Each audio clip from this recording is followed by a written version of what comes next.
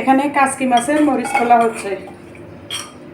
আমি এখানে কাচকি মাছ ধুয়ে পরিষ্কার করে পাতিলে দিয়ে দিয়েছি। আর এখানে দিয়ে দিয়েছি এখানে শুকনা মরিচ, রসুন, পেঁয়াজ ব্লেন্ডার করে নিয়েছি।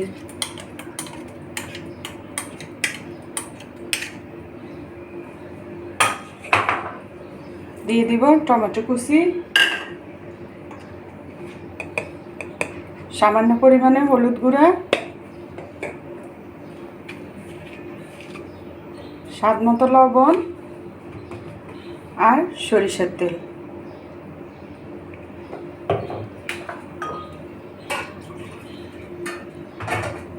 আর এখানে দিয়ে দিব বাটি ধুয়ে সামান্য পরিমাণে পানি।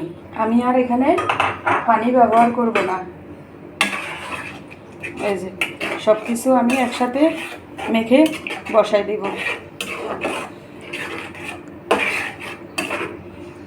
নোয়াখালী মরিচ খোলা। আমি এখন চুলা জ্বালিয়ে দিব। এভাবে আমি আস্তে আস্তে এই মাছগুলা, কাচকি মাছগুলা রান্না করে নিব। রান্না করে লাস্টে আমি ধনিয়া পাতা দিয়ে নামিয়ে নিব। আসসালামু আলাইকুম, আল্লাহ হাফেজ।